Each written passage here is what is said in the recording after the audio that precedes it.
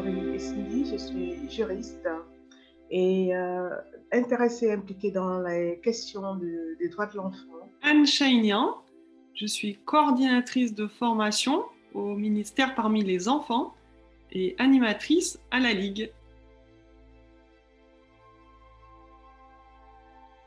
Le droit à l'égalité, c'est aussi le droit à la non-discrimination. Dans certains textes, certains propos, vous entendrez parler du droit à la non-discrimination. Sachez bien qu'il s'agit du droit à l'égalité. Sur le plan général, dans le domaine des droits humains, le droit à la non-discrimination est un principe fondamental et absolu. Il est très vite mis en évidence dans la Convention internationale des droits de l'enfant. Ce droit à une uniformité de traitement est énoncé dans la Convention selon la substance suivante.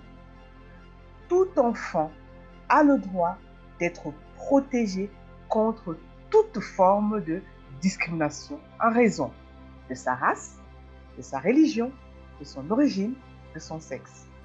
À la Ligue, l'accompagnement des enfants a toujours été au cœur de notre engagement.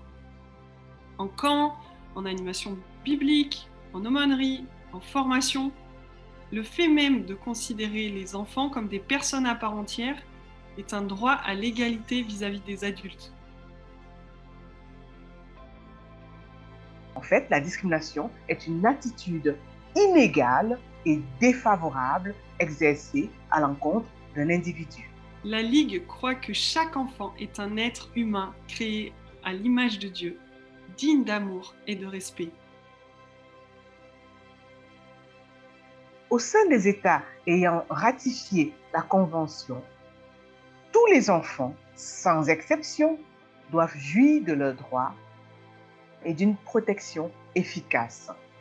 La non-discrimination ou le droit à l'égalité de traitement ne signifie pas que tous les enfants soient traités de la même manière, car il y a des situations qui nécessitent une discrimination positive à l'égard d'un enfant, soit pour améliorer ses conditions ou pour faciliter son intégration dans un groupe ou une société.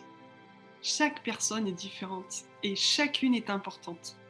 D'ailleurs, la vocation de notre centre de vacances, le Rimlishof en Alsace, c'est l'accueil de chacun dans ses différences.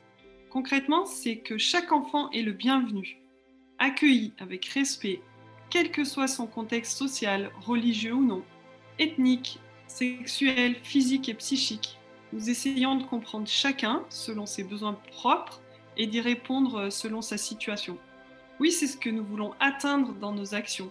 Vivre ensemble dans le respect de la différence, favoriser la tolérance et la solidarité et tendre vers l'épanouissement de chacune et de chacun.